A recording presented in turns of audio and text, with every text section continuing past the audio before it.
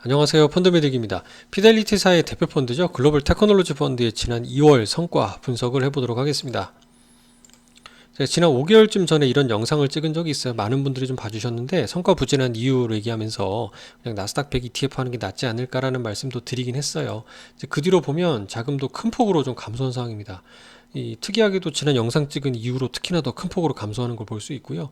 한 1조 가까이 되던 펀드가 거의 1,100억 가까이 빠진 모습입니다. 이런 점은 조금 우려되는 상황이 아닌가 생각이 들고요.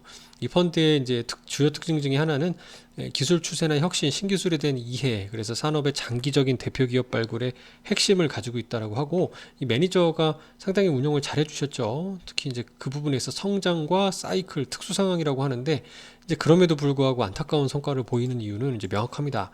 엔비디아에 투자하고 있지 않기 때문임을 지속적으로 밝히고 있어요. 그러니까 엔비디아 강세 장에서 투자를 안 하고 있으니 당연히 밀릴 수밖에 없는 거죠.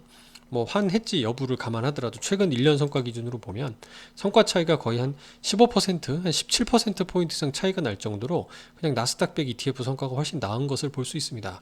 그러니까 매니저의 어떤 액티브한 전략이 먹히는 건 시간이 걸리는 거죠. 결국 그동안 ETF는 그냥 정직하게 시장 추종하는 거니까 그냥 시장의 평가에 맡기는 흐름이 이제 미국에서도 연속되는 게 나타나는 게 아닌가라는 생각을 해보면 지금은 이제 액티브 펀드보다는 확실히 이제 ETF 시장으로 가는 게 바뀌었다는 그런 이런 세태를 보여주는 것 같습니다.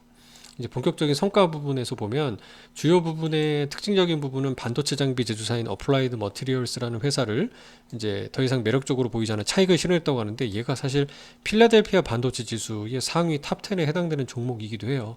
그러니까 앞서 엔비디아에 이어서 이 종목까지 매도하면 물론 밸류에이션 면에서는 이 매니저가 판단했을 때 말도 안 된다 생각할 수 있어도 시장의 어떤 상승 흐름에는 더 괴리가 되는 부분이 아닌가라는 우려도 좀 드는데, 대신 매니저님은 판단하기를 TSMC나 삼성전자 등을 통해서 반도체 업종 비중을 늘리고 있다라고 하니까 그만큼 이 부분이 아마 이 매니저가 한국 사람인 걸로 제가 알고 있는데, 그죠? 이 부분이 조금 그 로컬에 베이스된 좀 우리나라 비중, 그리고 아시아의 TSMC 같은 비중을 통해서 대응할 수 있다라고 판단하지 않나. 그러니까 액티브 펀드로서의 좀 진가를 보이셨으면 좋겠습니다. 이 펀드는 예전 그 나스닥보다도 훨씬 잘했던 성과를 보여준 저력을 가진 펀드였는데요. 현재는 좀 자금이 많이 빠져가고 있어서 그런 부분에 좀 어려움을 겪으실 수 있겠지만, 그런 그 과거의 장기를 잘 발휘하셔서 시장 대비 비싼 투자 비용에도 불구하고 초과 성과를 낼 수 있다는 어떤 액티브의 희망을 보여주셨으면 좋겠다는 생각을 하고 있습니다.